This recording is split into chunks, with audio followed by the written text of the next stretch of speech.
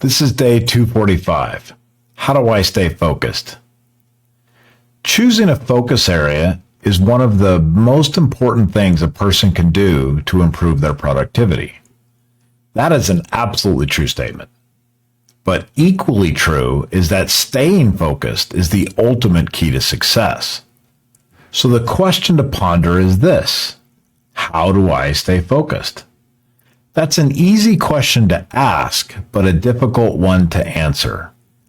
I could throw out a bunch of ideas, theories, and things I've tried over the years, but I'm not sure how helpful that would actually be. We could talk about keeping anchored, cleaning up your environment, understanding the plateau you hit after your initial excitement. All of these things are important aspects of staying focused. However, I'm pondering a more practical consideration. Exactly what mechanisms I can use to make sure that I build focus into my day. This leads me to the to-do list. The to-do list is one of the most common productivity concepts we all know. We all have a list of things to do. Some of us, myself included, have used software to categorize and manage our many to-do lists.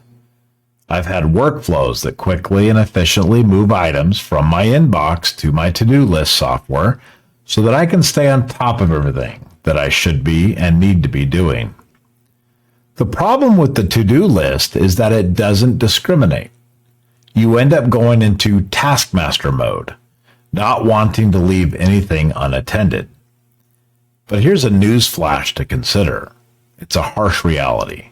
Even the most rigid, awe-inspiring taskmaster is missing a significant percentage of what comes across their desk or inboxes. I know that you reel in shock. I miss nothing, you think. This is just simply not true. You are not capable of getting to everything. So there is a mechanism, whether it's deliberate or otherwise, that causes you to selectively choose what to work on. I have had millions of tasks and tried hundreds of task management systems, and they have all resulted in the same thing: a collection of things to do, which I can only get to a portion of them. So my new opinion, developed over this last decade: just throw out the task list. This is one of the greatest things that you can do to stay focused. Nowadays, I recommend having a few major focus areas in your life. You can only have so many. You'll have to decide what the number is, but for me, it's 7. I call it the magic 7. I call myself the knight of the 7. I have 7 focus areas, and that is it. If I add one, I have to remove one. These are my 7 focus areas, and anything outside of those 7 goes into the great bit bucket in the sky. Instead of a to-do list, I simply throw new items into one of my 7 backlogs. In software product development, there's a concept called the product backlog.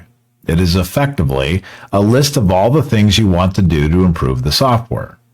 Before assigning your programmers to do work, you review this backlog, pick the things that are the most important, and assign the team to work on those over a block of time, usually 1 to 2 weeks, and we'd like to call that a sprint. I've adopted this into my life. I no longer have to-do lists, but rather backlogs for each of the 7 areas of my life. To stay focused, I do not wake up each day and think, geez, what's on my to-do list? Rather, I wake up and focus on my time blocks. I think people in my life tend not to like this. I have fixed time blocks for working on my 7 areas. The highest priority of the 7 gets the greatest time block. My family has the largest time blocks. If you don't like it, we'll just pound sand.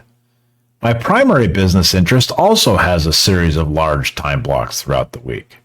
I do not worry about what I'm going to do during the time block. Rather, when the time block arrives, I just spend a few moments looking through my current backlog for that area, and I pick 3 things, and I just get to work. It's actually quite simple. Now, what about meetings, though? First off, reoccurring meetings are the bane of all existence. I hate reoccurring meetings. A few years ago, working for a giant company, I noticed that my schedule was filling up with them. At one point, I had 17 one-hour reoccurring meetings in my calendar. That's 17 hours of reoccurring meetings. I woke up one morning and in a fit of rage declined all of them. Everyone freaked out. How can you not be on this reoccurring meeting? They asked. Easy, I said. If it's important, people will just reach out to me directly. If not, just send me the minutes. We don't have any minutes, they said. Exactly, was my reply. Reoccurring meetings get nothing done. That rage quit was a moment of freedom for me, and ever since, I use meetings for one single and solitary purpose, to fill the backlog for one of my 7 focus areas. When someone asks for a meeting, my inclination now is to take a quick look at my backlog. If it's long, let's say larger than 10 items, I'll say something like this. I already have 10 things to do on this right now. If you keep pulling me into meetings, I'll only add to the 10 and the other ones will remain unfinished. You see, this is what people do not understand. A meeting is really nothing more than one person trying to offload their backlog onto someone else's backlog. That's fine, and it's often necessary. But let's not pretend that it's anything else. Meetings are great, but they serve one purpose: keeping the backlog for one of my 7 core life focus areas alive and thriving. The blocks of time I dedicate to the 7 are sacrosanct. I now shut people and distractions out completely while I focus during these time blocks. This is my time to reduce the backlog. I'm not adding to the backlog at this time. I am reducing it. If you allow yourself to look at other things like an email, then you're adding and not reducing. Which brings me to another issue: phone calls, emails, text messages, Teams, and Slack chats. These are just meetings in disguise. They are attempts to transfer backlog to you. Now, I know what you're thinking. This is far too much of a black and white view, and perhaps you're right. I have meetings where we just talk and connect and get to know each other. I go on dates with my wife, for example. If I treated my date with my wife like an opportunity to transfer backlog, I wouldn't be married very long. However, think on this. That time with your loved one is a block of dedicated time to focus on an area in your life. It is not the time to be picking up more backlog by reading email, responding to text, or taking phone calls. So my black and white view of the world in this regard actually serves me quite well. So get rid of the to-do list. They are stressful things that constantly hang over your head anyway. Instead, use time blocks and work on your priorities. Stay focused on one of your core areas and dedicate time to them.